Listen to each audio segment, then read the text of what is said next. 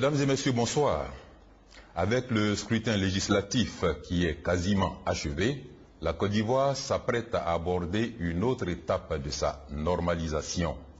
Mais que d'interrogations, que d'incertitudes se dressent sur le chemin du futur proche de ce pays qui est sorti à peine et avec peine d'une profonde crise militaro-politique. Pour éclairer nos analyses prospectives, nous recevons un invité spécial, M. Guillaume Kibafori Soro, Premier ministre, ministre de la Défense. Celui-là même qui constitue aujourd'hui une équation à plusieurs inconnus. Il va nous éclairer sur ces diverses inconnues. Alors, Monsieur le Premier ministre, ma première question est toute simple. Est-ce que j'exagère en disant que de votre sort immédiat dépend aujourd'hui l'avenir de la Côte d'Ivoire? Monsieur Thomas Benchi, je pense que c'est trop dire. Je crois que c'est un grand président qui disait qu'il faut en Afrique des institutions fortes. Je m'inscris dans cette conception, n'est-ce pas, de la gestion de l'État. Je pense que les individus sont importants pour impulser donc une dynamique, une efficacité au niveau des institutions. Mais le plus important, c'est d'avoir des institutions crédibles, fortes pour le pays. Donc je pense que nul n'est indispensable et que la Côte d'Ivoire a tout son avenir. Mais vous reconnaîtrez tout de même que chef de la rébellion armée, ministre d'État pendant 4 ans, Premier ministre pendant 5 ans, vous avez joué un rôle central dans ce qui est arrivé et arrive à la Côte d'Ivoire. On a joué un rôle, comme vous dites, important. Nous espérons simplement que toutes les responsabilités qui ont été les nôtres au cours de ces années, nous avons pu les accomplir avec détermination, avec abnégation et loyauté. Je pense que ce qui nous a animés toutes ces années était de faire en sorte d'aboutir à la démocratie. Notre combat était empreint de justice, la cause était noble, c'était pour faire en sorte qu'en Côte d'Ivoire vivent des Ivoiriens épris de liberté et de justice. Pour conclure cette introduction, est-ce que votre combat qui visait à installer la démocratie, est-ce qu'il n'y avait pas d'autres moyens pour y parvenir que de recourir à une rébellion armée aussi sanglante? Écoutez, aujourd'hui c'est vrai qu'on peut polémiquer là-dessus, mais le contexte des années 2000, 2001, 2002 est encore frais dans nos mémoires. Face à une intransigeance, quand les rouages et les mécanismes de l'État ne permettent plus aux citoyens d'avoir justice, ne permettent plus aux citoyens de s'exprimer, évidemment, la situation devient compliquée, c'est le blocage total et effectivement, on peut en arriver à des situations de révolte. C'est Victor Hugo lui-même qui disait que face à l'oppression, la révolte est de droit. Bien, je suis en compagnie de Valérie Boni de BBC, entendez British Broadcasting Corporation. Exact. C'est correct? Oui, tout à fait. Et de Jean-Claude Bayala de Radio Côte d'Ivoire. Jean-Claude Bayala, démarrons un tour d'actualité sur les grands thèmes qui animent l'actualité en ce moment. Avec vous. Bien, bonsoir Monsieur le Premier ministre. Oui, bonsoir. Vous avez planté le décor Thomas Banichi. J'allais dire pour emprunter vos paroles, le Premier ministre aujourd'hui, Soro Kibafori Guillaume, a été, selon le tracé que vous avez bien voulu faire, Soro Guillaume le rebelle, aujourd'hui Premier ministre, député. Je voudrais m'adresser à l'honorable député que vous êtes, après bien sûr les élections que nous venons de vivre, les législatives. Alors, Soro Guillaume, député de la circonscription de Ferké, député pour quoi faire? Peut-être pour vous, est-ce un tremplin pour ratisser plus large plus tard? Peut-être tout de suite, vous visez certainement l'Assemblée nationale, je dis peut-être des choses pas exactes, parce que nous savons que vous n'avez pas encore les 40 ans requis pour être au perchoir, autre objectif possible pour vous. Et puis, pourquoi pas, les présidentielles 2015, Dans tous les cas, vous êtes jeune, vous l'avez dit à un confrère, vous avez le temps devant vous.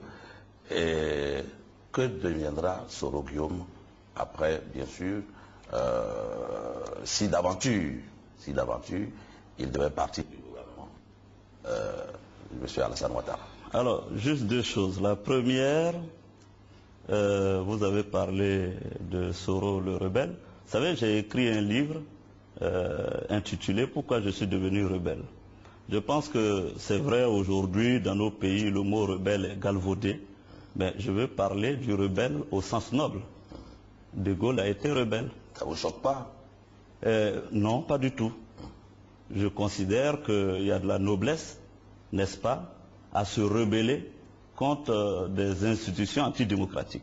Et on l'a vu dans des pays en Afrique du Nord, en Libye, en Égypte, en Tunisie.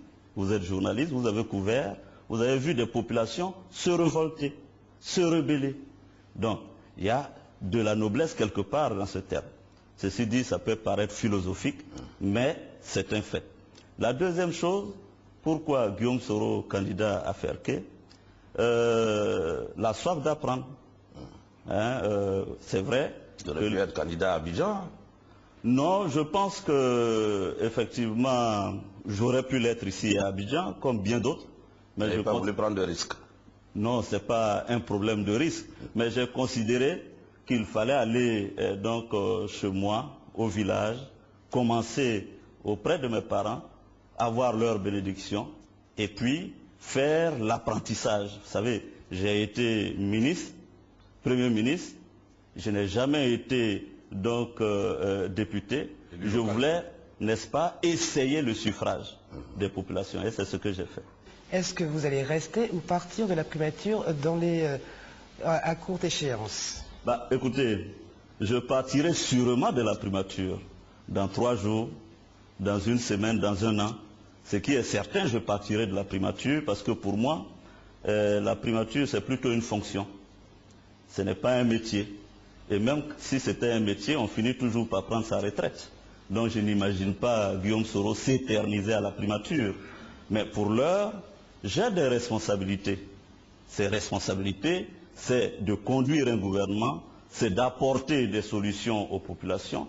Et c'est ce à quoi je m'attelle. Je vois bien que la presse bruit bien des rumeurs sur la primature. Mais vous savez, c'est le président de la République qui décide, c'est lui qui nomme et révoque le Premier ministre. Vous n'avez pas terminé justement ma série de questions sur votre futur immédiat, justement. Si vous devez partir, que visez-vous, l'Assemblée nationale, la présidentielle? Évidemment, si je dois partir un jour, ce serait en parfaite concertation avec le président de la République, qui donc a placé en moi sa confiance, et je ne manquerai pas d'avoir de point de chute. Et vous savez, il y a tellement de choses à faire dans ce pays qu'il ne faut pas avoir de fixation sur un poste. Et c'est important. Moi-même, qui à l'époque, il y a seulement 1 an, 2 ans, disait à l'ancien chef de l'État de ne pas s'accrocher au pouvoir, ce n'est pas à moi de faire des fixations sur un poste. Je suis prêt à partir à tout moment. Et puis, alors, si vous partez, si vous avez des ambitions, quels sont les moyens que vous allez vous donner? Je veux dire, les moyens politiques, vous allez créer un parti, vous savez... Vous adhérez à un autre, vous en avez fait la demande. Vous savez, ma philosophie, ma conception est de dire qu'à chaque jour suffit sa peine. J'ai été leader du mouvement étudiant, je suis parti du mouvement étudiant, j'ai assumé des responsabilités au niveau de l'État, je suis Premier ministre. Quand je partirai, je saurai quoi faire. Les Ivoiriens veulent savoir, Monsieur le Premier ministre. Oui, Monsieur le Premier ministre, oui. Véritablement, vous n'êtes pas précis sur l'éventualité d'un départ de la primature, parce qu'il me semble qu'il y a des faits qui disent que quand même, vous allez partir. Vous allez partir. Je sais que c'est peut-être le souhait de bien des gens de partir, mais pour l'heure, je suis encore à la primature. Je ne me fais pas d'illusions. Vous savez, déjà en 2010, avec l'ancien président, j'avais déjà préparé mon départ de la primature. Je savais qu'après les élections, vu que le président actuel avait déjà promis la primature donc, au PDCI, et que l'ancien président avait déjà promis la même primature à quelqu'un d'autre, je savais que je devrais partir. Donc il n'y a absolument aucun problème. Je suis impavide face à la question du départ de la primature. Ce que je dis, c'est au président de la République qui nomme et qui révoque de prendre la décision. En ce qui me concerne, je suis préparé, je suis certain que j'irai de la primature. Je ne sais pas encore le jour, mais quand ça viendra, ce sera avec beaucoup de sérénité que je rendrai ma démission. Que vont devenir les forces nouvelles? La meilleure façon de devenir quelque chose, c'est de ne pas s'en préoccuper maintenant. Chacun doit faire ce qu'il a à faire, tranquillement, sereinement. Vous savez, si le 19 septembre 2002, je m'étais préoccupé de savoir ce que j'allais devenir, je me serais protégé des balles, j'aurais pris trop de précautions et la prudence peut-être aurait empêché que je fasse correctement ce que j'avais à faire.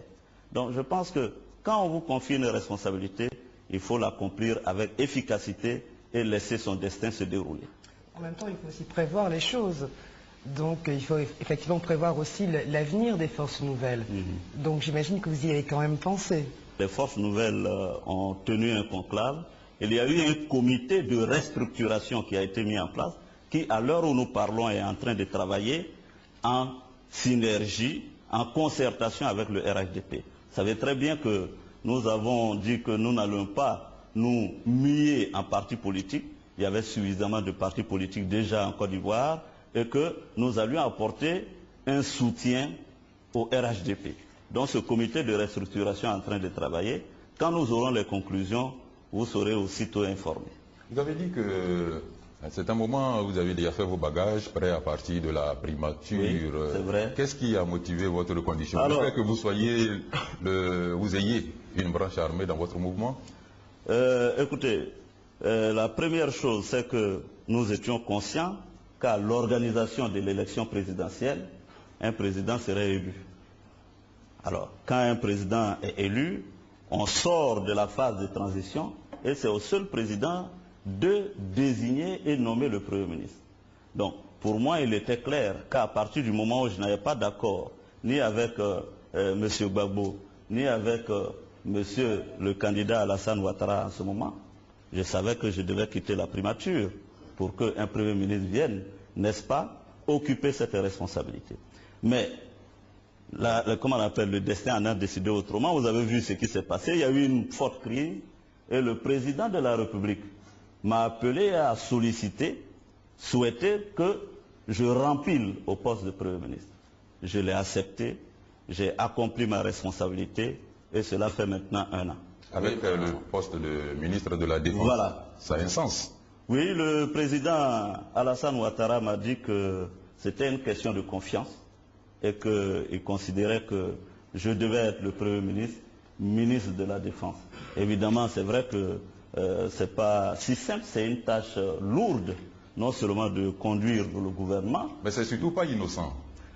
C'est vous qui le dites, mais la question s'irait au président de la République. Mais toujours est-il que le président a jugé que j'étais le mieux qualifié pour assumer la charge de ministre de la Défense. J'espère que je n'ai pas déçu les Ivoiriens.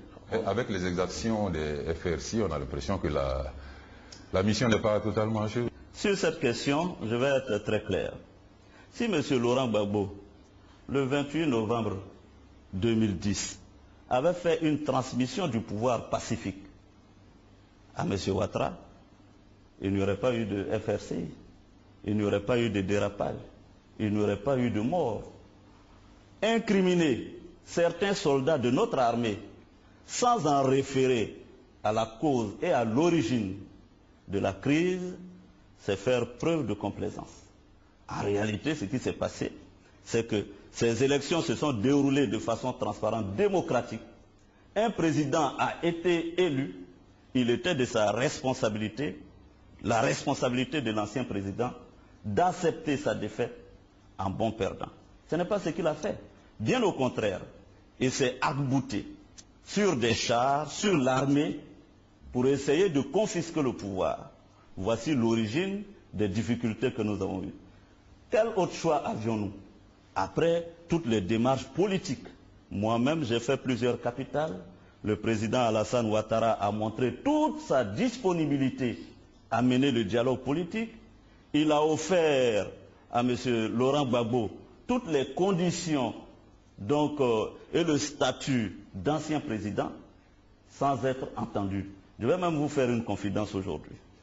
Quand nous faisions la négociation de l'accord politique de Ouagadougou, nous avons signé un accord secret, et qui est demeuré secret jusqu'à ce jour, qui stipulait qu'à l'issue des élections, quel que soit le vainqueur, les autres seraient traités avec le statut d'ancien président, et même l'immunité leur était offerte, et bien d'autres avantages.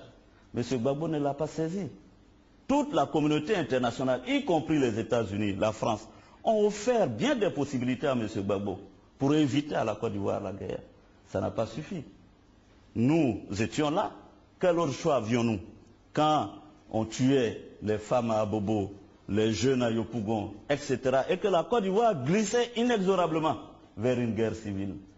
Nous avons déclenché les hostilités, non pas pour faire la guerre, mais pour stopper celui qui continuait de tuer des populations aux mains nues. Mais c'est vrai que ça fait quand même une année maintenant que le pouvoir est en place. C'est vrai qu'il ne faut pas occulter le passé, mais les populations au quotidien vivent des difficultés. Je parle de certaines exactions des FRCI, mais également les FRCI associés, qui sont par exemple dans des régions comme dans l'Ouest, où les populations vivent quand même terrorisées parfois. Elles n'ont pas beaucoup de liberté de mouvement. Donc, comment ça se fait que ce problème n'est pas encore résolu? Je vous concède ces critiques, c'est normal. Évidemment, les populations sont impatientes. Mais vous savez, je viens de mission du Rwanda. Et je me suis rendu compte que pour stabiliser ce pays, pour apporter une vraie sécurité, ils n'ont pas mis un an, ils n'ont pas mis 6 mois, ils ont mis 17 ans. Le génocide a été stoppé au Rwanda en 1994. Vous comprenez ce que je veux dire? Quelle est la situation exacte en Côte d'Ivoire? La situation est celle-ci. Le gouvernement a été formé le 1er juin 2011. Nous sommes d'accord. À partir de là, nous avons commencé à faire des réformes en vue de ramener la sécurité dans notre pays. Vous avez vu, nous avons nommé les commandements, nous avons essayé de rapidement parer au plus pressé en réhabilitant, quelquefois sommairement, des casernes.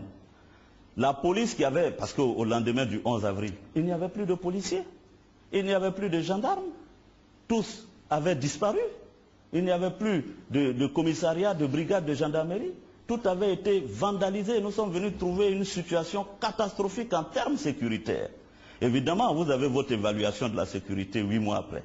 Mais la réalité est celle-là. C'est qu'aujourd'hui au moins, quand vous sortez dans la rue, vous voyez des policiers pour réguler la circulation, vous voyez des gendarmes qui sont de plus en plus opérationnels, vous voyez une armée en pleine restructuration. Donc, on ne peut pas dire qu'il n'y a pas eu de progrès. Ceci dit, il y a encore beaucoup d'efforts à faire pour amener la Côte d'Ivoire à une situation de sécurité plus ou moins parfaite. Mais nous avons des contraintes. La première contrainte, la Côte d'Ivoire demeure être frappée par un embargo qui nous empêche malheureusement de doter nos forces de première catégorie que sont la police et la gendarmerie d'armes pour assurer la sécurité de ces populations. En plus, nous avons des contraintes financières, ne croyez pas. Nous sommes quand même dans une situation de décroissance économique où on a un pays qui n'a pas les ressources qu'il faut. Donc, il faut injecter beaucoup d'argent pour reconstruire ces casernes, pour intégrer les jeunes associés donc, aux forces armées. C'est pourquoi d'ailleurs a germé l'idée d'une réserve. Donc je suis d'accord avec vous, mais vous ne pouvez pas me dire que la sécurité en mars 2012 est celle que nous avions en avril 2011. Certainement, il y a eu évolution. Il y a eu évolution, mais monsieur le Premier ministre, lorsque des braqueurs s'attaquent au convoi du ministre délégué à la Défense, c'est plus que de la provocation. Je conviens avec vous que ce sont des situations fort regrettables, déplorables, on est tous d'accord, mais ça montre aussi quelque part que ce n'est pas le citoyen simple qui est en proie à la question de la sécurité, et comme les autorités aussi en sont victimes, d'autant plus que c'est fait par rapport à un ministre délégué. Donc nous en avons conscience, et nous sommes en train de travailler, et vous verrez que de plus en plus la sécurité va se faire. Je voudrais prendre simplement l'exemple de la fin d'année, de décembre 2011, vous savez très bien qu'en Côte d'Ivoire, depuis 1999, chaque fois qu'on approchait du mois de décembre, il y avait comme une sorte de psychose liée aux questions de coup d'État et autres. Mais pourtant, nous avons fait des fêtes paisibles, agréables. Les Ivoiriens se sont retrouvés. Ceci a été chanté et loué partout. Donc ça veut dire qu'il y a eu des progrès. Évidemment, il y a encore des braquages ici et là. Nous ne restons pas les bras croisés. Nous sommes en train de travailler. Et je suis convaincu que dans le trimestre prochain, les résultats seront plus que palpables. Voilà, vous l'avez dit. En attendant, monsieur le Premier ministre. C'est que je complète cela. Vous l'avez dit. Oui. Vous êtes en train de travailler. Certains observateurs notent que chaque fois que Soro Guillaume est menacé dans ses positions, l'insécurité grandit. Comme pour dire que c'est l'homme de la situation, il faut le laisser là. Est-ce qu'il se trompe? Vous faites écho à des ragots de bas étage. Pour vous laisser Non, lever ces ragots. quand on est responsable, quand on est Premier ministre, on ne peut pas descendre à des choses ainsi faites. Vous savez, si je veux demeurer ad vitam aeternam Premier ministre, j'en parlerai au président de la République.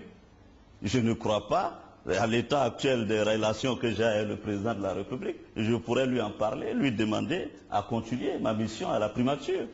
Donc, je suis investi de sa confiance et de son soutien. Allez, Bayala, Oui, c'est ragots. monsieur le Premier ministre, c'est que les Ivoiriens qui sont sortis de ce que vous savez, de cette crise chaotique, espéraient, pour eux c'était un ouf de soulagement, et puis voilà que le traumatisme continue, hein, des personnes en armes ont pris en otage en quelque sorte les Ivoiriens. Ils sont là, si ce n'est pas les FRC qui se déguisent en bandits, il y a de vrais professionnels aussi, des coupeurs de route qui sévissent, monsieur le Premier ministre, de jour et de nuit, au vu au su de vos hommes en armes. Que voulez-vous que les Ivoiriens disent? Que l'insécurité est tout simplement bien sévère dans votre jugement. Ils ajoutent, monsieur le Premier ministre, est-ce que vous n'aurez pas fait un deal avec ces gens? Et puis aujourd'hui, peut-être que la promesse n'est pas tenue. Mais voilà. Vous savez, ça m'amuse. Parce que en réalité, ce type d'accusations, je les ai eues il y a très longtemps.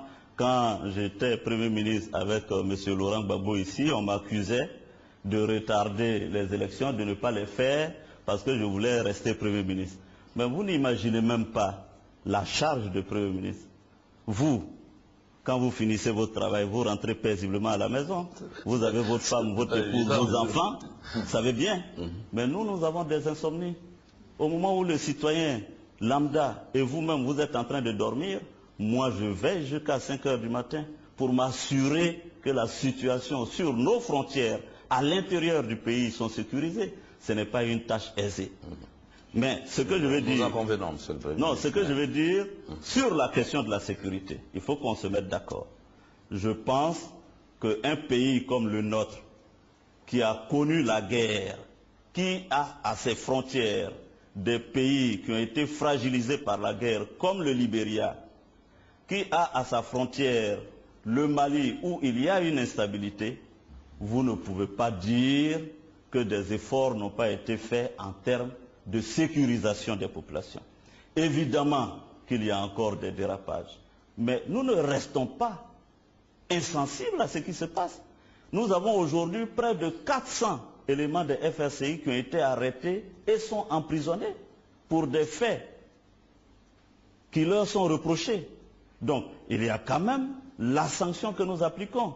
Le tribunal militaire a ouvert, vous avez vu, nous avons commencé à juger ces militaires, à sortir des rangs des FRCI, les brebis galeuses. Donc, il y a beaucoup de choses qui sont en train de se réaliser. Je demande seulement qu'il y ait plus de patience. Ceci dit, je suis plutôt surpris, moi, parce que quand je pars dans les autres pays, on voit bien le nombre d'investisseurs qui viennent à Abidjan. Les gens considèrent que la sécurité est revenue pour la plupart. Alors que si nos journalistes insistent pour dépeindre la Côte d'Ivoire comme un pays où il y a des hordes de bandits, c'est un problème. Ça bien, monsieur le Premier ministre. On entend beaucoup d'informations comme quoi il y a des tentatives de déstabilisation, notamment à la frontière vers le Libéria, ou même des camps d'entraînement qui seraient démantelés à l'intérieur même du pays. Est-ce qu'on peut avoir un point là-dessus? Écoutez, non, je pense qu'il faut que les Ivoiriens restent sereins. Nous veillons au grain. Nous ne craignons pas ces déstabilisations. On lit les journaux, on entend ce qui se dit.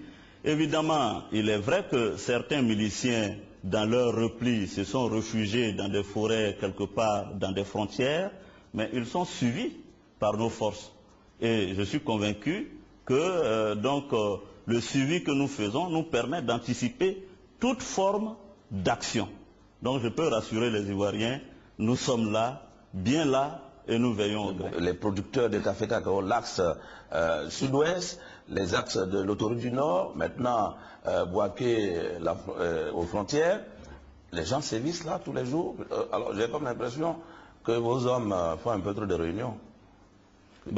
Évidemment, tout doit commencer par une réunion tout de même. On ne va pas aller en rang dispersé pour affronter la sécurité. Donc il y a un minimum d'organisation. Ceci dit, ce que je peux répondre sur la question, on peut même vous sortir les statistiques, c'est quand même différent. Nous tous, nous vivons en Côte d'Ivoire ici. On sait très bien que mars 2012, ce n'est quand même pas mai 2011. Donc il y a des progrès. Je comprends l'impatience des Ivoiriens. Je comprends les préoccupations des Ivoiriens. Et nous sommes là pour donner des réponses aux préoccupations des Ivoiriens. Mais je peux vous dire que quand nous constatons la recrudescence de l'insécurité, dans quelques régions que ce soit, des dispositions sont aussitôt prises. La gendarmerie, je peux vous le dire, a mis un dispositif spécifique anti-coupeur de route dénommé Renard qui fonctionne parfaitement. D'autres points sur l'actualité? Oui, bien sûr. L'actualité, il y a aussi, on en parlait, ce transfèrement de l'ex-président Laurent Gbagbo à La Haye. Sur cette question, beaucoup de questions sont posées. Est-ce qu'on n'aurait pas pu, pour être dans le registre de la réconciliation, juger le président Laurent Gbagbo ici à Abidjan, ou bien ça vous arrangeait de l'envoyer à La Haye, comme ça vous êtes tranquille? Sur cette question, il me faut certainement donner des éléments d'appréciation. Le président de la République, le gouvernement ivoirien, depuis décembre 2010, nous avons demandé à la CPI de venir faire des enquêtes en Côte d'Ivoire. Je dis bien décembre 2010, quand les premières tueries ont commencé. Si M. Gbagbo ne voulait pas d'un tel destin, il aurait estompé les tueries, peut-être qu'on n'en serait pas là. Première chose. Deuxième chose, les tueries non seulement ont continué, mais se sont intensifiées. La CPI est venue en Côte d'Ivoire. Et si vous vous souvenez, la CPI avait fait des mises en garde. Ces mises en garde n'avaient d'autre objectif que d'empêcher la continuation des tueries. Les mises en garde n'ont pas suivi.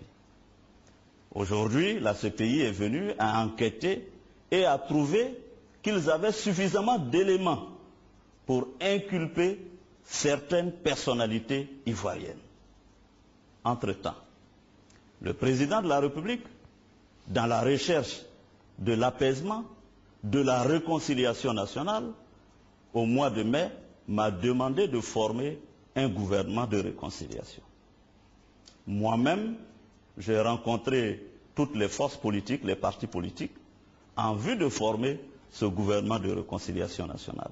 J'ai rencontré le FPI, à l'époque c'était M. Mamadou Koulibaly, qui était le premier responsable du FPI.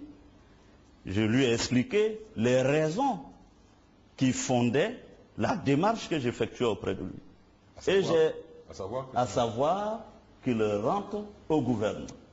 Avec force et conviction, je lui ai demandé de rentrer au gouvernement. Quelle ne fut ma surprise, alors qu'il était totalement bien disposé quand nous nous sommes vus, quelle ne fut ma surprise de recevoir un courrier quelques jours plus tard pour dire que le FPI n'entrerait pas au gouvernement. Nous avons formé le gouvernement, comme vous le savez, sans le FPI. Sans le FPI, puisqu'ils ont refusé de rentrer au gouvernement. Tant pis pour la réconciliation. Alors, évidemment, ce n'est pas une bonne chose. Rappelez-vous qu'en 2006, au début du dialogue direct, M. Laurent Gbagbo lui-même a tendu la main aux forces nouvelles. Si nous avions refusé de faire le dialogue direct, où en serions-nous aujourd'hui? Contre la volonté de certaines personnes de mon camp au sein des forces nouvelles et de l'opposition, j'ai considéré que l'intérêt de la Côte d'Ivoire devrait prévaloir avant tout. J'ai accepté le dialogue direct. J'ai été taxé de tous les noms dans ce pays. J'ai même échappé à un attentat. Parce que certaines personnes n'étaient pas d'accord que j'aille au dialogue direct. Mais pour accepter le dialogue dans des conditions, il faut être courageux pour le faire. Nous l'avons fait. Pourquoi aujourd'hui le président Alassane Ouattara tend la main au FPI qui refuse de saisir cette main tendue? Ils ne sont pas allés au gouvernement. Vous savez, pour moi c'est très simple. Certaines choses se règlent à des détails près. Si le FPI était au gouvernement, tous les jours avec le président de la République, avait commencé, parce qu'ils sont en conseil avec nous, à parler avec le président de la République, à aller voir le président pour dire, monsieur le président, oui c'est vrai, nous avons quelque part fauté, mais nous sommes entre Ivoiriens, réconcilions-nous, votre frère Laurent Gbagbo est à Korogo, nous voulons aller lui rendre visite, nous voulons que vous vous parliez au téléphone, peut-être que les choses auraient été différentes. Mais qu'est-ce que nous avons constaté? Non seulement on refuse d'aller au gouvernement, on incite les partisans à faire donc des révoltes dans le pays, on joue contre la réconciliation. Dans ces conditions, quand la CPI, au terme de son enquête, décide de transférer M. Laurent Gbagbo à La Haye, parce que sachez que ce n'est pas le gouvernement qui l'a transféré, nous n'avons aucune capacité d'influencer les magistrats de la CPI. Quand la CPI décide de transférer M. Laurent Gbagbo à La Haye, qu'est-ce que vous voulez que nous disions? M. Ouattara n'a pas d'argument pour dire nous sommes dans un processus de réconciliation. Vous voyez, le FPI est au gouvernement, ils vont aller à l'Assemblée nationale, permettez que la réconciliation se fasse. Alors, je pense que ça a été une erreur de ne pas aller au gouvernement. Aux dernières nouvelles, la CPI, comme vous le savez, a décidé d'élargir son champ d'investigation pour s'intéresser aux événements depuis 2002. Est-ce que ça vous inquiète? Je voudrais juste surtout que Monsieur le Premier ministre, vous avez justement sur cette assumé la question. rébellion. Justement, oui, sur le même thème, justement, comme ça a été étendu, on vient de parler de Laurent Gbagbo, qui est donc soupçonné d'être co-auteur de crimes, co-auteur indirect de crimes durant cette crise. Vous êtes le chef des FN, les enquêtes remontent jusqu'en 2002. Est-ce que vous ne craignez pas d'être mis en cause comme co-auteur indirect de la même façon que l'est M. Laurent Gbagbo actuellement? Comme disent les Latins, non timide, je n'ai aucune crainte. C'est le gouvernement, et je l'ai dit depuis 2010, qui a demandé que la CPI vienne faire des investigations. On ne peut pas être contradictoire. On demande à la CPI de faire des enquêtes, ce n'est pas contre quelqu'un. On demande de faire des enquêtes impartiales. Donc, si la CPI, au terme de ces enquêtes, en venait à inculper quelque personnalité que ce soit, cette personnalité devra répondre. C'est mon point de vue. Et je suis serein parce que je considère que la justice de la CPI est une justice impartiale. Les Nations Unies ont condamné quelques comme zones, je crois. Vous êtes leur chef. Oui. Bien sûr, j'ai assumé la responsabilité de secrétaire général des Forces Nouvelles. Certains, effectivement, ont été condamnés, je le sais, mais je demeure serein parce que ni le niveau des crimes, ni l'origine des crimes ne sont comparables. Même à Diokoué? Bien sûr, même à Diokoué, où il y a une commission nationale que nous avons mise en place pour enquêter. Qui n'a pas encore fini ses enquêtes jusqu'à présent. Oui, la commission n'a pas encore fini. Alors, donc n'anticipons pas. Laissons la commission faire tranquillement ses enquêtes. Pour combien de temps? Ni vous, ni moi ne sommes juges. Donc attendons les résultats. Venons au transfèrement. Il est de plus en plus question d'éventualité du transfèrement de Mme Gbagbo à la Haye. Qu'en savez-vous? Bon, ce que je peux dire en tant que gouvernement, la CPI donc, est indépendante. Ne croyez pas que la CPI nous rencontre tous les jours. Alors donc nous savons que des enquêtes sont faites, nous savons que des éléments sont recherchés. Maintenant, pour l'heure, je n'ai pas encore entendu dire que Mme Gbagbo était, comment on appelle, inculpée. Nous attendons de voir. Mais vous attendez certainement que cela peut arriver. Mais dans un gouvernement qui compte un ministère de la femme, de la famille et de l'enfant, Est-ce qu'il n'y a pas une certaine émotion à avoir vis-à-vis d'une famille qui risque d'être décapitée à ce niveau? Mais écoutez, je dis que la CPI est en train de faire ses enquêtes. Elle n'a pas encore achevé ses enquêtes. Rien ne vous dit que la CPI a décidé de transférer Mme Simone Gbagbo. En tout cas, je n'ai pas encore les éléments. Ceci dit, vous savez, on oublie trop vite aussi que la Côte d'Ivoire est sortie d'un traumatisme où il y a eu 3000 morts. Les États-Unis, qui ont eu un peu moins de 3000 morts le 11 septembre 2002, n'a pas encore fini de faire son deuil de ces morts. Donc je pense qu'effectivement, on peut bien s'inquiéter pour Mme Simone Gbagbo et autres. Il faut aussi parallèlement s'inquiéter de toutes ces personnes, de toutes ces victimes de cette crise. Donc qu'on fasse le point sur les dignitaires de l'ancien régime qui sont soupçonnés, ou en tout cas leurs affaires sont en cours. Où en sont justement les enquêtes et quand pense-t-on qu'ils pourront comparaître éventuellement devant un juge? Je veux quand même insister sur ce que nous avons trouvé le 11 avril 2011. Tout a été détruit. Il n'y avait pas de maca, il n'y avait pas de prison, il n'y avait pas de tribunaux, tout avait été saccagé. Et vous savez très bien qu'on ne construit pas une prison en un mois. Au moins les architectes les savent. Donc, il fallait que nous puissions procéder à la réhabilitation des infrastructures. Ça nous a pris au moins 6 mois, 8 mois. C'est maintenant que nous sommes dans des dispositions optimales pour mieux faire évoluer ces enquêtes. Donc ces dignitaires ont été détenus, comme vous le savez, mais bien d'entre eux ont été mis en liberté. Vous le savez aussi, et le dégel de leur compte a été effectif. Ce sont pour bien d'entre eux. On l'a fait par plusieurs vagues. Donc ceux qui sont là, les enquêtes sont en cours. Le ministre de la Justice a eu l'opportunité de nous rendre compte il y a seulement quelques semaines. Les enquêtes sont en cours. Quand on aura fini, on sera transparent avec les Ivoiriens. On leur dira ce que nous entendons de faire et les procès, évidemment, suivront. Et ceux qui sont en exil? Écoutez, ceux qui sont en exil, je sais bien que des mandats... Ils attendent un signe du gouvernement? Qui? Ils attendent de vous un signe. Ah bon, pour le gouvernement? Pour entrer en Côte d'Ivoire Ah oui, mais le président de la République a lancé plusieurs appels pour leur demander de rentrer. Bien d'autres sont déjà rentrés. Il n'y a pas un piège là-dessous? Mais pourquoi vous voulez qu'un gouvernement sérieux, un président de la République qui s'engage, on va jouer au piège de la souris? Ça n'a rien à voir. Mais il y a des fois, parfois, les conditions, les gens d'opposition estiment que les conditions ne sont pas remplies. Certains dignitaires du FPI, par exemple, ont toujours leur maison occupée par des militaires. D'autres, effectivement, ont toujours leurs avoirs gelés. Il y a beaucoup de choses qui se disent aussi à l'extérieur sur la sécurité ici. Donc, qu'est-ce qu'il faudrait trouver pour les rassurer et surtout assurer leur quiétude pour qu'ils aient envie de rentrer? Mais déjà, ceux qui veulent rentrer, qu'ils rentrent. Je n'ai pas encore eu ou entendu dire qu'un seul est rentré et n'a pas pu occuper sa maison. Donc, ceux qui veulent rentrer de bonne foi, qu'ils viennent, nous prendrons toutes les dispositions et j'en donne la garantie pour qu'ils soient sécurisés et qu'ils soient ici au pays. J'ai dit encore, bien d'entre eux sont rentrés depuis les opérateurs économiques qu'aux politiques qui sont là. Point complet avec l'actualité. Monsieur le Premier ministre, on vous a vu dans ce rôle de grand attaquant au stade de Fouet-Boigny, lors de ce match gouvernement-FIF. Vous avez montré des prouesses, et tout ça pour nous montrer la voie à suivre. Toujours est-il que nous sommes partis, vous connaissez la suite. Pour certains, c'était plutôt un calcul politicien.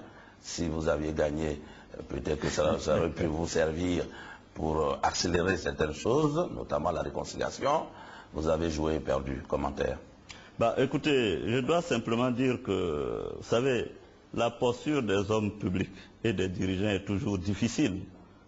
Donc, nous sommes l'objet de procès d'intention.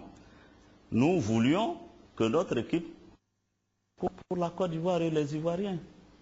Ce serait quand même un sentiment patriotique de fierté de remporter cette coupe. Malheureusement, nous n'avons pas remporté la coupe. Et certains Ivoiriens ont célébré cette défaite. C'est bien regrettable qu'on en soit là. Mais toujours est-il que nous ne désespérons pas de continuer à travailler sur les mentalités pour que nous allions à la construction d'une nation. C'est ça le vrai problème. Que tous les Ivoiriens de quelques bords politiques, de quelques religions, de quelques régions se sentent concernés par la Côte d'Ivoire. Ce que je peux dire, notre équipe n'a pas remporté la coupe, mais elle n'a pas démérité. Et je dois dire personnellement que j'ai plutôt bien digéré cette défaite en finale, parce que nous avons eu une équipe qui a pratiqué du beau football, qui n'a pas encaissé de but. On a vu une équipe solidaire, des garçons déterminés, et c'est suffisant pour moi. On va clôturer provisoirement la page de l'actualité en revenant un peu sur les législatives. Alors, quel débat parlementaire on peut espérer d'une Assemblée nationale dans laquelle, au sein de laquelle ne siège pas l'opposition significative? Parce que je voulais emboîter sur toi. Un pays qui se dit démocratique, ça veut dire une opposition aussi qui fait le poids. Et pour l'instant, on est dans une démocratie sans opposition. Alors, deux choses. La première, vous voulez me faire participer à un débat qui n'est pas encore, l'Assemblée n'est pas encore constituée, etc., etc. Gérer, c'est prévoir. Je veux bien, mais celui qui présidera aux destinées de l'Assemblée, je pense, est en train d'y réfléchir. Donc, moi, je suis député. Si je devrais siéger dans cette Assemblée, j'apporterai ma contribution. Mais madame, j'ai un sentiment contraire à ce que vous dites. La démocratie, ce n'est pas la démocratie des partis politiques. La démocratie, c'est le peuple. Et les partis politiques, ce n'est pas forcément tout le peuple. Vous voyez ce que je veux dire? Combien de petits partis, madame, qui, faute de moyens financiers, n'ont peut-être pas pu présenter des candidats aux législatives et ne se retrouveront pas à l'Assemblée nationale? L'opposition, à chacune de ces déclarations, demande aux autorités d'ouvrir le dialogue. Qu'est-ce qu'il en est actuellement? Est-ce qu'il y a un dialogue qui continue entre l'opposition et les autorités? Mais nous ne pouvons pas nous en tenir aux déclarations démagogiques. La réalité, elle est là. Moi, je suis partisan d'un vrai dialogue avec l'opposition.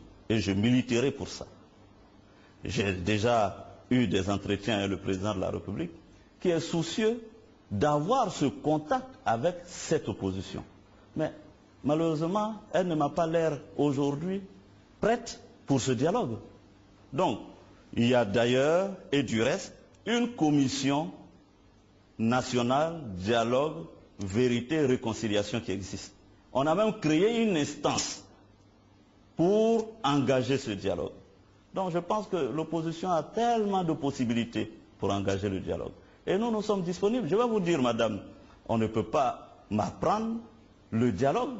Moi-même, en tant que secrétaire général des Forces Nouvelles, j'ai fait le dialogue direct. Ce n'était pas à moi de faire des récriminations sur les conditions du dialogue. Vous savez, si je devais écouter mes partisans à l'époque, jamais je ne serais allé à la table de négociation. L'erreur qui est en train d'être commise, c'est de pratiquer la politique de la chaise vide. Ça ne mène à rien. Je pense que c'est important et je prie le FPI d'accepter le dialogue, quelles que soient les conditions. C'est en commençant ce dialogue qu'on peut progressivement, au fur et à mesure, engranger des résultats. Mais on ne peut pas dire, nous avons des préalables pour engager le dialogue. Vous croyez que si moi j'avais posé des préalables à l'ancien président Laurent Gbagbo en 2006 pour faire le dialogue direct, ce dialogue direct n'aurait jamais eu lieu. Tout à fait, monsieur le Premier ministre. Valérie Boni a eu d'autres préoccupations concernant la justice. Concernant la justice, puis on parlait tout à l'heure des dérapages des FRCI. Vous avez dit qu'effectivement il y avait un passé qu'il fallait faire avec. La justice également, c'est pareil. Mais je vois que dernièrement, il y avait beaucoup de personnes qui ont été arrêtées, maintenues en garde à vue prolongée de façon illégale, déférées à la maison d'arrêt de façon illégale, avec des gardes à vue qui durent très longtemps et non pas les 48 heures requises. Ça arrive plus fréquemment, très fréquemment. Vous ne pensez pas que c'est un dérapage qu'on peut facilement contrôler? Plus facilement que les dérapages des FRCI, par exemple? Je n'ai pas ces informations que vous me donnez. De qui s'agit-il?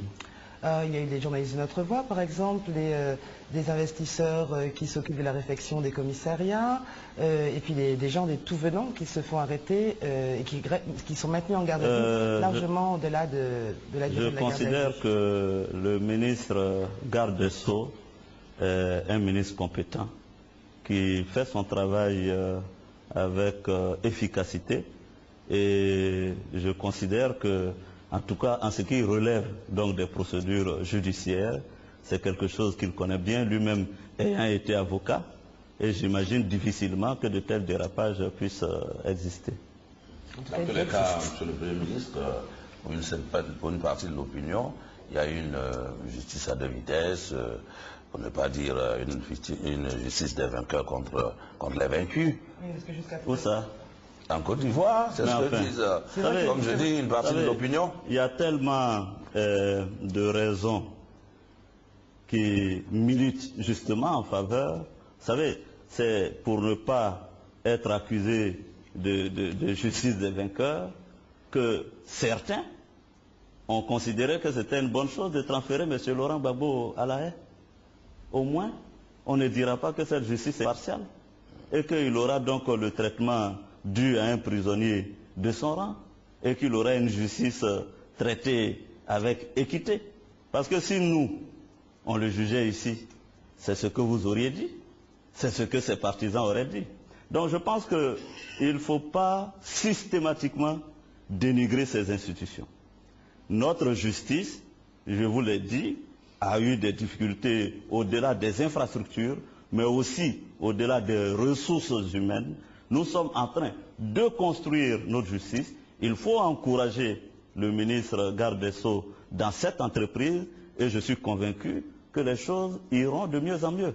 Voilà, nos encouragements au ministre de la Justice, garde des Sceaux, mais quand même quelques préoccupations demeurent relativement aux législatives.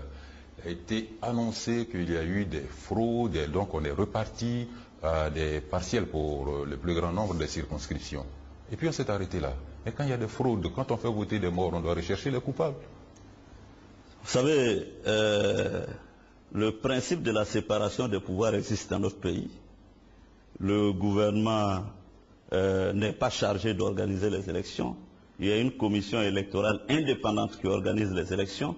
Le juge de ces élections, c'est le Conseil constitutionnel. Et je m'interdis, en tant que chef d'une institution, de porter des jugements de valeur sur une autre institution. Je considère que le Conseil constitutionnel a fait son travail et a bien fait son travail. La preuve, des circonscriptions a été annulée. Donc, je m'en tiens à ça. Quel a été votre sentiment lorsque, en tant que Premier ministre, vous avez appris que dans des circonscriptions où des membres de votre gouvernement sont candidats, il y a eu des fraudes? Écoutez, je considère que le Conseil constitutionnel a bien fait son travail.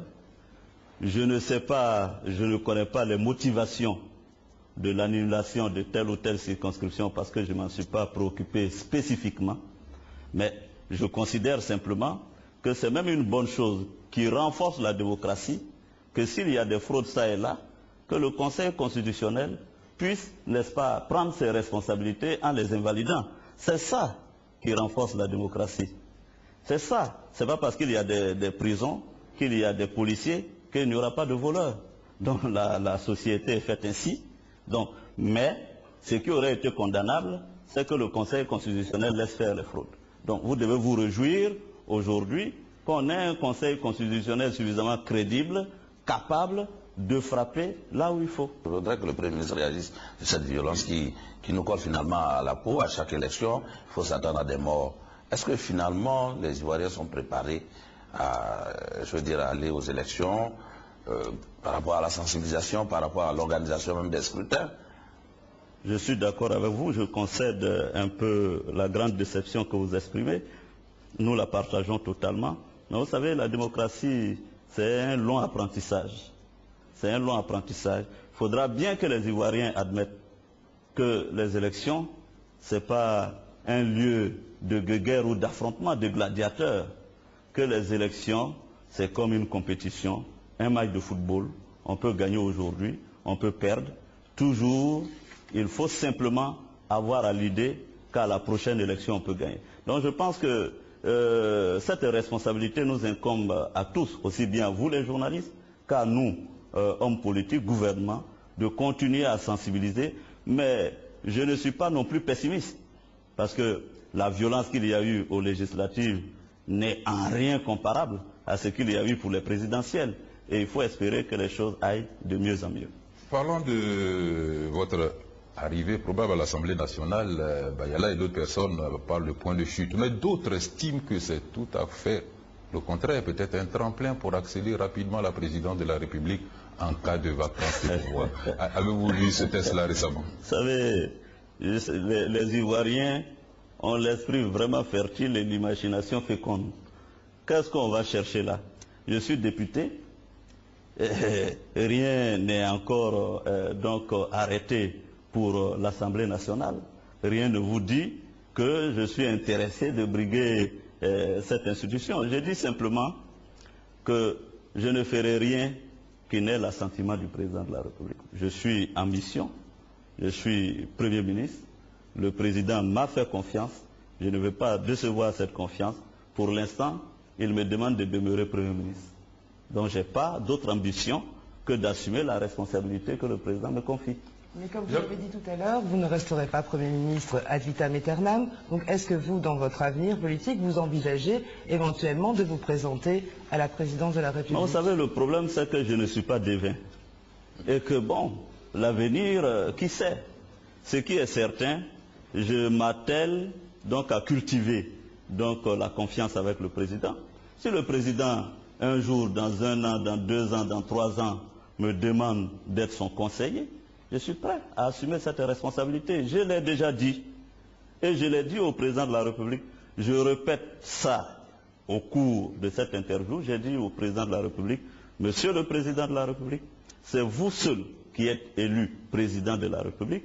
Moi, je suis à votre disposition et je suis prêt à servir là où il vous plaira de m'amener. Je m'en tiens à cette déclaration. Jean-Claude Bayala, abordons maintenant les questions socio-économiques. Oui, alors, Monsieur le Premier ministre, il y a que nous appelons, on va dire, le gouvernement appelle de tous ses voeux ce point d'achèvement de l'initiative PTTE qui peut apparaître aux yeux d'une certaine opinion comme une panacée, alors que nous connaissons l'océan des besoins de notre pays. Et d'ailleurs, votre ministre de l'économie disait que c'était là plutôt une arrivée, que ce n'est pas l'arrivée, mais beaucoup plus un départ. Alors, comment est-ce que vous expliquez, vous, en tant que chef de gouvernement, le fait que vous soyez un peu trop accroché, à mon sens, à cette histoire d'initiative PPTE, et si ça n'avait pas existé? Bah, écoutez, disons que, effectivement, le PPTE, c'est une quête importante pour l'État de Côte d'Ivoire. Depuis 2007 que nous sommes en programme avec le FMI et la Banque mondiale, évidemment nous avons fait beaucoup d'efforts pour essayer d'arriver donc au point d'achèvement. Vous savez que c'est en 2009 que nous avons atteint le point de décision et que nous sommes maintenant en quête de ce point d'achèvement. Ce qui va se passer, c'est que l'État de Côte d'Ivoire est quand même endetté à hauteur de 6 000 milliards de francs CFA. Et que si nous atteignons le point d'achèvement de l'initiative PPTE, c'est autour de 80% de cette dette qui sera annulée. Et si cette dette était annulée pour la Côte d'Ivoire, c'est autant de capacité de l'État de Côte d'Ivoire à recourir à un financement beaucoup plus important pour s'occuper de la situation de notre pays. Donc je pense que c'est important. D'autres pays ont eu cette initiative et ont pu voir le redécollage effectif de leur économie. La Côte d'Ivoire est en train de poursuivre parce que c'est pas marrant, M. Bayala, de savoir que chaque année, dans le budget, nous sommes obligés de consacrer 500 milliards au remboursement de la dette. Donc c'est autant de contraintes qui engendrent des difficultés. Donc je pense aujourd'hui que nous avons effectivement raison, et le ministre a effectivement raison, de considérer qu'une des priorités au plan économique, c'est d'atteindre le point d'achèvement de l'initiative PPTE. Alors on a l'impression que ce point ce point vous fuit un peu et qu'il avance au fur et à mesure que vous prenez des mesures pour y arriver. Alors, le point, il apparaît comme une sorte d'horizon. Non, non, disons qu'il faut quand même reconnaître qu'il y a eu une parenthèse de la crise post-électorale. De décembre à avril 2011, il est même heureux que les institutions ne soient pas revenues sur le point de décision que nous avions déjà acquis. Évidemment, il nous faut... Il y a quand même peut-être des obstacles objectifs. Non, je veux dire que l'une des conditionnalités était que nous fassions la réforme de la filière café-cacao et qu'elle soit mise en œuvre 6 mois durant pour être évaluée réellement. Donc ceci a été fait. Donc maintenant, nous avons bon espoir. D'ailleurs, la mission du fonds était là. Vous avez vu leur déclaration. Nous avons bon espoir. Le gouvernement a bon espoir que dans quelques mois, nous pourrons atteindre le point d'achèvement. Et je vous signale que ça pourrait effectivement changer les choses. Justement, les Ivoiriens, ils connaissent effectivement ce qu'est le PPTE, l'initiative pour les pays pauvres très endettés, mais l'Ivoirien moyen, il devait savoir quand est-ce que les prix vont arrêter d'augmenter, quand est-ce qu'ils seront obligés de se serrer la ceinture, l'essence risque d'augmenter dans les semaines à venir, qui ne va pas améliorer la qualité de vie des Ivoiriens en général. Donc quand est-ce que les choses vont commencer vraiment à se sentir dans la population? Je complète en disant que je crois que l'autre conditionnalité pour atteindre ce point d'achèvement, c'est les efforts mis pour lutter contre la pauvreté. Tout à fait. Or, les exemples qu'elle donne là nous... Il faut séparer les deux choses. Effectivement, nous sommes à une situation de crise économique et financière. Je vous dis que nous avons pris la Côte d'Ivoire le 11 avril 2011. La Côte d'Ivoire était au bord de la faillite. N'eût été les soutiens que nous avons eus, la Côte d'Ivoire n'était presque plus en mesure de payer les salaires des fonctionnaires. C'est dans cette situation que nous avons pris le pays. Heureusement, avec les efforts faits par le gouvernement, il n'y a pas eu rupture dans le paiement des salaires. Parce qu'il faut savoir d'où nous venons. Mais nous étions dans une situation où on n'avait plus de ports, les ports étaient sous embargo, il n'y avait même plus de banques, etc., etc. Les circuits de distribution étaient déglingués, désarticulés.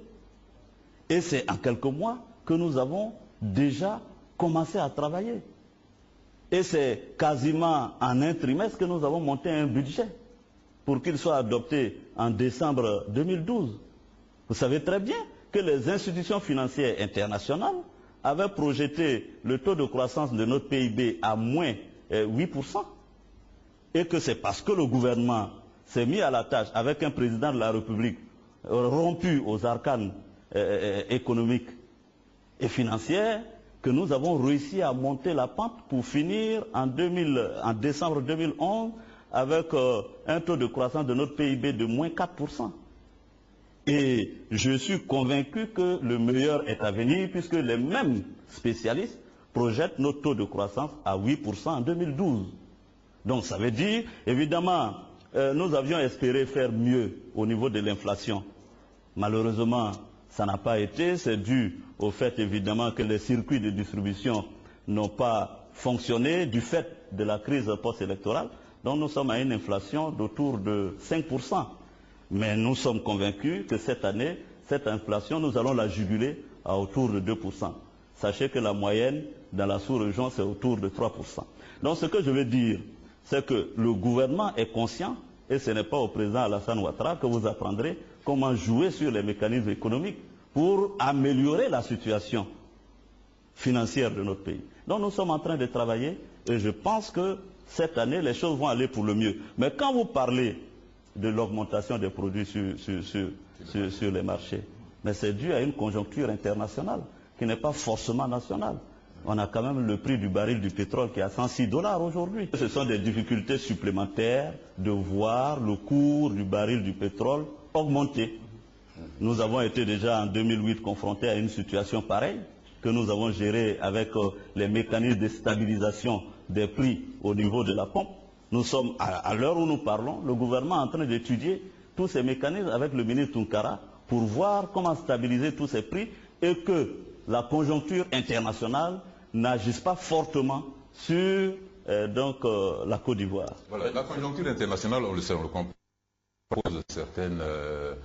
certaine inflation. Mais il y a en interne des actions qui sont posées qui pourraient vraiment appauvrir encore plus les pauvres Ivoiriens qui reviennent de loin, comme vous le décrivez. Les mises en chômage technique par masse, 300, plus de 300 à la RTI, à la Sotra, au port. Alors vous pensez d'abord à vous-même. Commençons par... Il y a des cas pratiques quand même. Permettez que c'était pour compléter. Oui, allez-y. C'était pour compléter. Il y a des cas pratiques tels que, on peut comprendre pour l'augmentation de l'essence, vous évoquiez la conjoncture internationale, mais lorsque le kilo de la viande est à 2000 francs, c'est des facteurs endogènes. On peut quand même agir sur ça. Lorsque le prix du riz augmente, ça veut dire qu'au plan national, malgré tous les bas-fonds que nous avons, nous ne sommes pas encore capables de satisfaire à nos besoins nationaux. Je pense qu'on peut agir là-dessus, monsieur le Premier ministre. Vous avez parfaitement raison, et je suis d'accord avec vous. C'est pourquoi d'ailleurs, si vous avez bien suivi le conseil des ministres de la semaine dernière, ou il y a 2 semaines, nous avons adopté un plan d'urgence pour le riz. Parce que vous dites, nous avons des bas-fonds, mais je peux vous dire que, évidemment, il faut que l'État puisse investir dans les infrastructures, l'aménagement de ces bas-fonds pour faire la promotion de la culture du riz. Parce que l'État, malheureusement, continue encore d'importer du riz en Côte d'Ivoire. Donc l'objectif, justement, c'est de parvenir en 2015, selon le plan que nous avons adopté, 2015-2016, à l'autosuffisance, n'est-ce pas, en riz, en Côte d'Ivoire. Donc je suis d'accord avec vous, c'est pourquoi je dis que le gouvernement est au travail. Mais nous héritons d'une situation où la Côte d'Ivoire était au bord du gouffre. Ça aussi, il faut l'admettre. Vous ne pouvez pas parler de perspective sans faire un diagnostic. Et le diagnostic, c'était quoi? C'est justement qu'on n'avait pas de politique cohérente sur toutes ces questions. Aujourd'hui, nous avons, avec le ministère du Plan, donc, élaboré ce qu'on appelle le plan national de développement quadriennal, qui prend en compte toutes ces préoccupations que vous évoquez. Aussi bien le développement donc, du vivrier en Côte d'Ivoire, aussi bien la question, vous avez parlé de la viande et tout ça, etc. Donc il y a des programmes que nous avons donc élaborés. Le plan national de développement quadriennal sera adopté et donne des solutions à court, moyen terme à ces problèmes que vous posez. D'accord. Monsieur le Premier ministre, je disais donc, comment on peut expliquer cette avalanche de mise en chômage technique alors qu'on a promis 200 000 emplois? Je crois que la situation à la RTI est bien particulière. Pas la RTI spécialement, oui, pas la RTI spécialement. Mais je sais que ça vous préoccupe puisque vous êtes de la maison. Je vais vous répondre et j'en reviendrai aux autres. Mais je pense que le ministre de la Communication a trouvé une situation bien singulière à la RTI. Évidemment, il y avait un personnel, semble-t-il, pléthorique. C'est une société d'État de type mixte.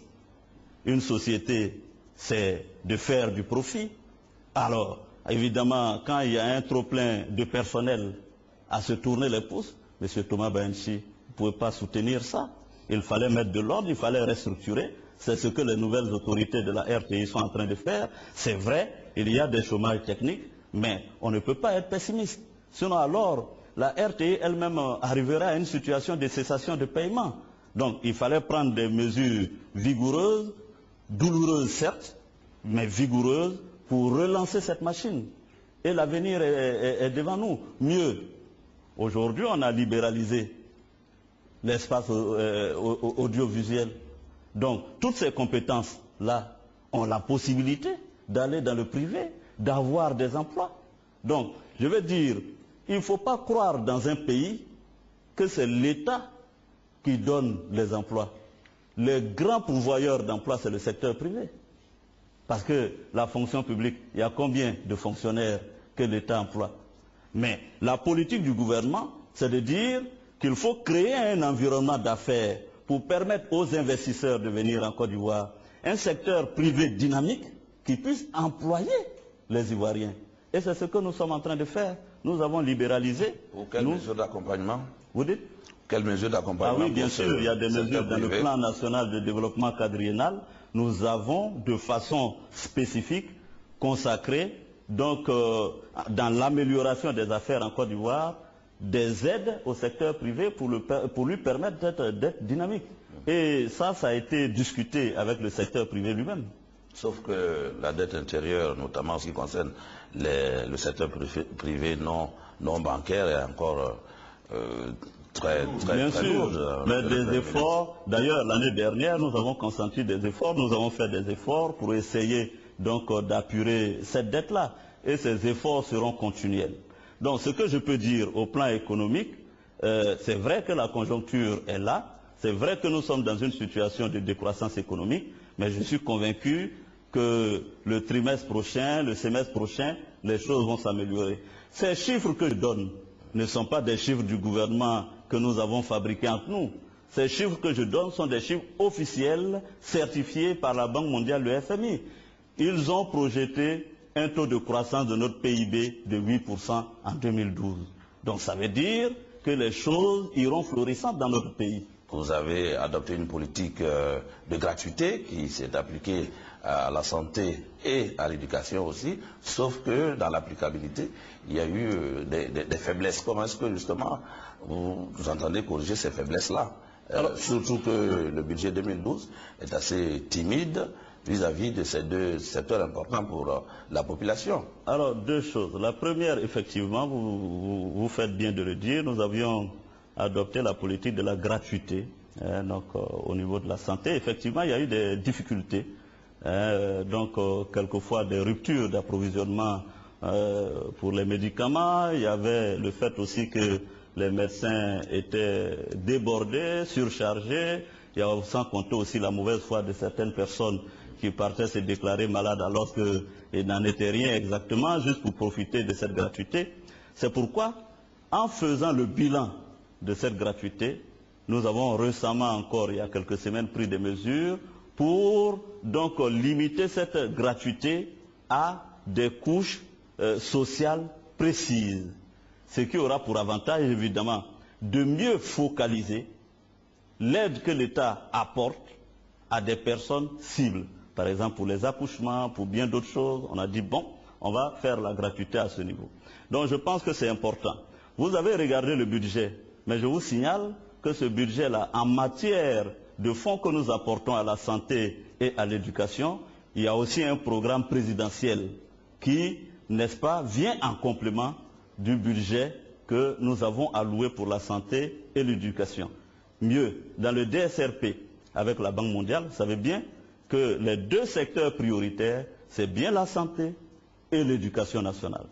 Au niveau de l'éducation nationale, nous avons fait des kits gratuits. Vous avez suivi, on a aidé les élèves. Nous sommes aussi en train de continuer dans cette voie. Madame la ministre de l'Éducation nous a proposé un plan de réhabilitation des infrastructures et de construction de ces infrastructures-là. Et je pense que c'est une bonne chose. Actuellement, elle est même, face au déficit d'enseignants, elle est même en train de recruter des enseignants. Restons dans le domaine de l'éducation. Quelles sont les réelles motivations de la non-ouverture des universités? Écoutez, moi je me suis rendu à l'université. J'ai vu une situation, je dirais, dramatique. L'université était devenue un cimetière de fortune. Nous avons découvert des monticules. Je ne veux pas revenir sur ces choses tristes-là. Mais ce que je veux dire, c'est que les infrastructures à l'université étaient totalement dégradées. Mais comment voulez-vous qu'on laisse des étudiants dans ces conditions? Ce serait inhumain. Tout était délabré. Il faut faire un tour dans cette université pour comprendre qu'on ne peut pas envoyer raisonnablement des étudiants aller faire des études là-bas. Il fallait faire les infrastructures, réhabiliter, comment on appelle, les infrastructures à l'université, et même agrandir la capacité d'accueil des étudiants. Je vous dis, construire un amphi, ça ne se fait pas en un mois, malheureusement. Donc, nous avons fait beaucoup d'efforts, ça va coûter à l'État autour de 50 milliards, pour réhabiliter aussi bien l'université, les résidences universitaires à Bobo Adjamé et tout ça, pour que l'année prochaine, les étudiants puissent aller dans des conditions acceptables à l'université. Vous savez que les grèves... On a perdu une année, c'est le prix à payer. Non, Écoutez, on a perdu 3 ans. La plupart des étudiants actuellement ont perdu 3 ans d'études. Ça veut dire autant de jeunes qui ne reprendront pas forcément les études parce qu'après 3 ans, ils sont soit au chômage, soit ils ont trouvé des petits boulots, ils n'auront pas les moyens de repartir à l'école. Donc ça fait une espèce de manne de chômeurs ou de gens avec des emplois précaires qui gonflent, alors qu'il n'était peut-être pas possible de couper la poire en deux, de commencer quand même, de pouvoir en mettre quand même certains à l'université et de rénover en même temps. je dis que c'est salutaire qu'on injecte de l'argent sérieusement pour permettre aux étudiants de repartir dans des conditions, un cadre de vie et de travail fiable. Nous voulons qu'il y ait des diplômes crédibles, certifiés pour notre université. S'il faut le faire, effectivement, il y a des sacrifices à consentir. Le gouvernement l'a annoncé, la rentrée ce sera en septembre. Nous allons prendre le temps de permettre aux étudiants, ceux qui veulent le faire, d'y aller. Bien que l'université soit fermée, madame, il y a quand même les grandes écoles où certains ont pu s'inscrire, où certains ont pu aller à l'école. Donc il ne faut pas voir la question de façon stagnante, elle est dynamique. Quand un étudiant n'a pas la possibilité d'aller à l'université de Cocody, il va dans une grande école où il a un emploi. Le président de la République a promis 1 million d'emplois d'ici 2015. Alors, cette politique d'emploi jeune, alors, on ne la sent pas, on la sent pas. Il faut quand même concéder que ce gouvernement a créé plus d'emplois qu'on aurait pu penser. Pas plus tard qu'il y a 2 semaines, il y a 2400 emplois qui s'est créés à Bouaké. Moi-même ai été sur des chantiers créateurs d'emplois. Et c'est une politique volontariste que nous allons appuyer. Nous allons atteindre à un moment donné une vitesse de croisière dans la création de ces emplois. Le secteur privé est en train de reprendre, l'économie est en train de reprendre. Il y a même une politique, une vraie politique de l'emploi qui a été adoptée avec le ministre Kafana. Mais faites confiance au gouvernement. Évidemment, les choses ne se transforment pas en 2 jours. Concéder aussi et accepter que je dise que ce n'est pas en 6 mois qu'on règle tous les problèmes d'un pays. Donc le président Alassane a un mandat de 5 ans, on pourrait peut-être faire le bilan au terme de ce mandat. Aujourd'hui, les syndicats semblent avoir baissé pavillon, il y a une sorte de trêve avec les syndicats, mais c'est heureux. Bon, mais alors, est-ce que ça veut dire pour autant qu'il ne faut pas déjà prendre les devants pour satisfaire à certaines revendications criantes? Je vais parler aujourd'hui de l'augmentation des salaires, disons-le. Depuis les années 80, face à la flambée des prix, ça peut être une réponse. Vous savez, vous me posez la question de l'augmentation des salaires à une époque où le gouvernement, justement, est encore donc en programme et que nous sommes en train de chercher à atteindre l'initiative PPTE. Donc, il faut, de mon point de vue, donc une programmation, une planification, même des préoccupations des syndicalistes. Et c'est pourquoi, d'ailleurs, les syndicalistes avisés considèrent aujourd'hui qu'il faut laisser le temps au gouvernement de faire ses preuves. Ils vous observent? Oui, ils nous observent. Ce sont des délais de grâce. Ils nous observent, j'accepte ce délai, mais qu'ils nous regardent à la tâche parce que nous sommes en train de travailler pour pouvoir leur donner les réponses idoines le moment opportun. Donc je pense que la situation n'est pas spécifique à la Côte d'Ivoire. C'est un problème, vous pensez qu'il pourrait avoir début de réponse à partir de ce qu'il y a des délais? Pour l'instant, je ne peux pas vous donner de délai ici. Il y a tellement de conditions que nous devons d'abord lever, franchir, avant de procéder à une redistribution des richesses, que je ne peux pas vous donner de délai. Mais je suis content que les syndicats comprennent l'urgence. Aujourd'hui, la priorité pour les Ivoiriens, c'est de faire leur réconciliation, de procéder à la reconstruction du pays, de créer des emplois, de rendre dynamique un secteur privé pour accompagner les Ivoiriens. Vous venez juste de parler de réconciliation. Est-ce que vous avez vraiment l'impression que dans les faits, dans la vie de tous les jours, les Ivoiriens se réconcilient? Je crois que passer les chaudes heures du ressentiment, de plus en plus, je pense que cette réconciliation gagne donc en intensité. Mais il ne faut pas croire non plus que la réconciliation sera une quête permanente. Il ne faut pas croire. Ce sera une quête permanente, mais je suis plutôt rassuré à partir du moment où les outils pour cette réconciliation existent. Si on sait qu'effectivement il y a encore des endroits dans le pays où les choses sont très sensibles, je reviens encore une fois à la situation dans l'Ouest, est-ce que M. Konan-Banny pourrait effectivement faire son travail actuellement dans l'Ouest quand on connaît la situation, que les populations par exemple ne peuvent pas aller aux champs, que leurs villages sont détruits, qu'elles ont du mal même à aller au village, qu'il y a toujours des camps de réfugiés? Est-ce que vous pensez que maintenant la réconciliation peut être faite dans l'Ouest et que Konan-Banny veut faire son travail? Cette question mériterait d'être posée à M. Konan-Banny, qui donc a eu plus de temps à se consacrer à la question. Mais je veux dire, ça veut dire c'est le rôle aussi des autorités ah oui, bien sûr, quand nous sommes sollicités, nous faisons ce qu'il y a à faire. Mais ce que je vous dis, la réconciliation, c'est une quête de longue haleine. Ne croyez pas que cette réconciliation viendrait comme par coup de baguette magique. Donc M. Konan-Banny prend le temps de faire son travail. Ce qu'il y a, c'est que le gouvernement doit l'accompagner dans cette mission-là. Même dans des pays qui n'ont pas connu la guerre, on parle encore de réconciliation. Récemment, j'étais en Guinée, ils n'ont pas fait la guerre comme nous. Et pourtant, le Premier ministre a abordé longuement la question de la réconciliation en Guinée. Donc, ne voyez pas les choses de façon immuable. Monsieur le Premier ministre, nous allons clôturer avec une dernière phase consacrée à l'appréciation et l'analyse que vous faites a posteriori de la crise post-électorale, les leçons qu'on peut en tirer pour un avenir plus serein. Je suis très triste et malheureux de constater que nous n'avons pas réussi notre révolution démocratique en douceur. D'autres pays l'ont réussi, mais chez nous ça a été difficile. La crise post-électorale est là pour nous rappeler les difficultés que nous avons eues. Et le plus important, ce n'est pas la guerre que nous avons connue. Le plus important, de mon point de vue, c'est comment nous sortons de cette guerre. Et je souhaite que la Côte d'Ivoire sorte de la guerre renforcée. Parce que toutes les grandes nations ont connu, un jour ou l'autre, la guerre dans leur pays.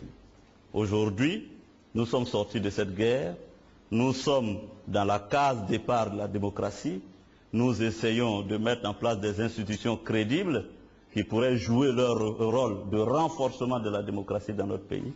Je souhaite que tous les Ivoiriens y adhèrent. C'est pourquoi je voudrais encore, à l'occasion de cette interview, lancer un appel au FPI à intégrer le dialogue. Il ne faut pas croire que se mettre en marge de la réconciliation et du dialogue peut faire avancer les choses.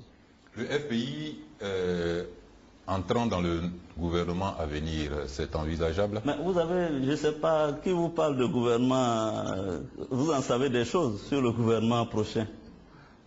Vous allez nous le confirmer ou pas? Non, non. Je pense que le président de la République est ouvert, est disponible. Si le FPI s'inscrit dans la voie de la réconciliation, du dialogue, il n'y a pas de raison que toutes les filles et fils de ce pays ne se mettent pas ensemble pour sauver la Côte d'Ivoire. Donc ça, vraiment, je n'ai aucun doute. Et le président, à plusieurs reprises, m'a répété qu'il était très intéressé de voir le dialogue noué avec l'opposition. Les autorités sont d'accord pour prendre langue avec le FPI. Le FPI crie tous les jours qu'il veut prendre langue avec le gouvernement, mais apparemment, ça ne marche pas, alors que tout le monde est d'accord pour le dialogue. Voilà, c'est qu'il y a de la mauvaise foi quelque part. Et elle est où? Vous aurez pu en conclure. J'ai dit il y a deux possibilités pour le FPI. Il y a la commission dialogue, vérité et réconciliation avec le président Banny. Peut-être que vous pourriez lui poser la question si le FPI a fait la démarche qu'il faut. Et puis, il y a l'exécutif. Ce n'est pas faute d'avoir essayé de parler avec le FPI. Je vous rappelle, le ministre de l'Intérieur a reçu la direction du FPI. Le président de la République lui-même a reçu la direction du FPI. Ils avaient posé un certain nombre de revendications auxquelles on a fait droit. Donc, où est la mauvaise foi? Bien, Monsieur le Premier ministre, on parlait tantôt des législatives et de ce que ça nous a déjà coûté en termes de violence et de désorganisation et tout cela.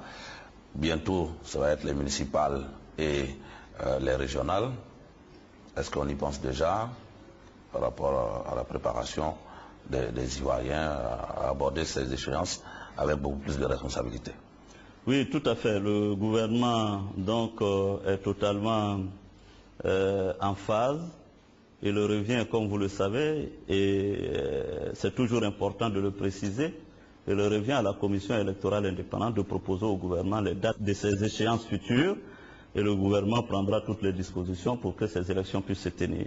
Il est effectivement pour moi important, peut-être même urgent, que nous puissions organiser les élections municipales et les régionales pour donner les moyens donc aux uns aux autres de participer au développement local. Et c'est pourquoi l'ouverture de la première session de l'Assemblée nationale? Notre constitution fixe pour le 3e mercredi du mois d'avril, n'est-ce pas, la séance ordinaire du Parlement ivoirien. Valérie Boni, quelques Oui, préoccupations? alors, une petite question avec 2 préoccupations. Si vous aviez une journée que vous reteniez, un bon souvenir depuis que vous êtes Premier ministre, un mauvais, ce serait lesquels? Et qui ont pu éventuellement marquer l'avenir? Un bon souvenir. Un bon souvenir. Il va falloir que j'y réfléchisse. Mais le mauvais souvenir, c'est tout de même la grosse déception que j'ai eue après le 28 novembre, quand la Côte d'Ivoire a sombré dans la guerre. J'avoue que nous y avions consacré tant d'énergie, nous y avions travaillé, tout donné pour que cette élection soit transparente, libre et démocratique, que nous avons été profondément choqués de voir que les acteurs qui pourtant nous avaient promis et s'étaient même engagés à respecter les résultats des urnes n'aient pas tenu parole. Et ça, je crois que ça nous a fortement marqué, non pas que cet engagement n'était pas tenu, mais c'était même le manque de prise de conscience, de responsabilité face à toute la nation entière. Tous ces gens qui sont morts, d'un camp comme de l'autre, ne le devraient pas. Avez-vous dit au président Gbagbo, de mon point de vue, vous avez perdu? Le 30 novembre 2010, j'ai eu un entretien, le dernier, avec l'ancien président, à sa résidence. D'ailleurs, je vous passe donc les détails de mon arrivée là-bas qui n'était visiblement pas souhaité. Nous nous sommes rencontrés en tête à tête et j'ai dit au président, Monsieur le Président, les nouvelles ne sont pas bonnes pour vous. Monsieur Ouattara vient en tête, je souhaite que vous acceptiez qu'on laisse proclamer ces résultats. Monsieur le Président, on n'est pas un grand homme, simplement parce qu'on est président. Vous savez, l'histoire a retenu bien de grands hommes qui n'ont pas été chefs d'État ou président de la République. Martin Luther King n'a pas été chef d'État. Il a été retenu par l'histoire. Monsieur le Président, je vous en supplie, laissez les élections se faire. Parce que si vous refusez, je n'ose même pas imaginer la crise que notre pays va vivre. J'ai été, et je pense que si j'avais été suivi par d'autres acteurs comme moi pour le lui dire, je ne sais pas si on aurait été entendu, mais j'ai joué ma responsabilité jusqu'au bout. Je l'ai dit au président, le président m'a regardé quelque peu hagard. Vous savez, ce regard qu'il a quand il ne veut pas vous écouter, et m'a dit, Monsieur le Premier ministre, je vous rappelle dans 3 heures. Je suis parti, j'ai réuni mes gens, je leur ai dit, on a échoué de le convaincre à accepter les résultats. Et ça n'a pas raté. Et là, c'était le mauvais souvenir, alors le bon souvenir de votre passage? Vous savez, je cherche encore. Vous savez, c'est très rare, hein, les bons souvenirs, surtout quand vous avez assumé la primature dans une période comme celle qui a été la mienne. On en garde très peu de bons souvenirs. Vous savez, ça a été très dur. Je vois bien que les gens peuvent peut-être envier le Premier ministre, mais notre vie, ce n'est pas l'enfer de Matignon, c'est une primature infernale en Côte d'Ivoire. D'accord. La dernière préoccupation. Oui, bon, parmi à placer dans les souvenirs. Alors ce 11 avril, lors de l'arrestation du président Laurent Gbagbo, On a vu le président Laurent Gbagbo sur notre petit écran, mais il y a eu par la suite beaucoup de supputations sur son arrestation. Alors, quelle force a arrêté le président? D'abord, vous savez, les gens aiment inventer. J'ai été un acteur privilégié de cette affaire. Quand nous avons déclenché les hostilités depuis Bouaké, Man, Bouna, j'espère que vous pouvez mener vos enquêtes. Il n'y avait ni force Licorne, ni force ONUCI. Nous sommes venus à Abidjan. Ce que vous ne savez pas, c'est que nous avions voulu éviter la bataille dans la ville d'Abidjan. C'est pourquoi nous avions encerclé la ville et nous avons espéré que Gbagbo, se sentant encerclé, donc pris, accepterait de discuter et de céder le pouvoir. Mais mieux, moi-même, j'ai appelé le général Dobo Blé, qui est encore vivant, qui est là, vous pourrez lui poser la question. Je lui ai dit, mon général, la ville d'Abidjan est encerclée. Je ne veux pas de sang versé dans la ville d'Abidjan. Je vous demande, en tant que commandant de la GR, d'aller voir le président, la garde républicaine, la garde républicaine, d'aller voir le président et lui demander de laisser tomber les armes. S'il n'a pas confiance en ce que je dis, il peut solliciter l'ONUCI ou les Français pour sa sécurité. Nous, on ne lui veut pas de mal. J'ai même dit à Dobo Blé que nous étions prêts, je m'engageais moi personnellement, si Gbagbo acceptait de laisser le pouvoir, de négocier un poste pour lui auprès du président Alassane et avec ses pairs de l'Union africaine pour qu'il ait un positionnement comme le général Sekouba Konaté de Guinée et autres. Le général Dobo Blé m'a répondu qu'il était militaire, qu'il savait se battre et qu'il avait les moyens de se battre. Vous comprenez? Donc, à partir de là, j'ai compris que les hostilités ne pouvaient qu'être évidentes. Donc, nous sommes rentrés à Abidjan. Mais ce qui s'est passé à Abidjan, c'est que les miliciens de Gbagbo ont commencé invariablement à attaquer les citoyens et même les diplomates français. C'est ça qui s'est passé. Le cas de l'ambassadeur du Japon est palpable, évident, vous le savez. Et c'est dans ces conditions que les Nations Unies ont décidé de bombarder et de détruire les armes lourdes de Gbagbo. C'est dans ces conditions que nos hommes ont pu rentrer jusque à la résidence de Gbagbo. On nous dit que ce sont les Français qui sont rentrés chercher Gbagbo, mais les vidéos sont là, qui montrent bien, et nous avions même donné des instructions à nos hommes pour leur dire, nous ne voulons pas qu'il arrive quelque chose à un seul cheveu de Gbagbo. Nous avons préparé les gilets pare-balles, etc. pour le protéger. Vous l'avez vu, on l'a protégé. Il y avait plus de 107 personnes dans le bunker. Nous les avons tous sortis, sains et saufs, à l'exception de l'ancien ministre de l'Intérieur, Désiré Tagro. Évidemment, c'était un grand acte de réconciliation que nous voulions donner aux Ivoiriens. Dans d'autres pays, certains dirigeants n'ont pas eu cette chance-là. Kadhafi n'a pas eu cette chance en Libye. Mais quand même, il faut reconnaître. Vous croyez que si c'était nous qu'on avait encerclé à l'hôtel du Golfe, je serais aujourd'hui parmi vous, en train de vous parler? Voilà, ça c'était au titre des mauvais souvenirs. Un autre mauvais souvenir pour finir, tout à fait. Est-ce que je me demande si... Non, voilà, pour parce que... savoir si vous ne serez pas rancunier. À quand une visite à la RTI? Ah oui, c'est vrai, cette RTI que je connais bien. C'est vrai que ça a été difficile à l'époque quand j'ai été séquestré à la télévision, mais je suis totalement disposé, maintenant que les bonnes personnes sont à la RTI, de vous rendre une visite de courtoisie. Nous transmettrons cela au monsieur le directeur général. Merci monsieur le Premier ministre de nous avoir accordé votre grande interview, première grande interview depuis que vous êtes à la tête du gouvernement du président Alassane Ouattara. Merci de cette conversation à bâton rompu. Espérons, mesdames et messieurs, que beaucoup d'éclairages ont été apportés sur les interrogations qui habitent chacun d'entre nous. Merci de votre attention, bonsoir et à très bientôt.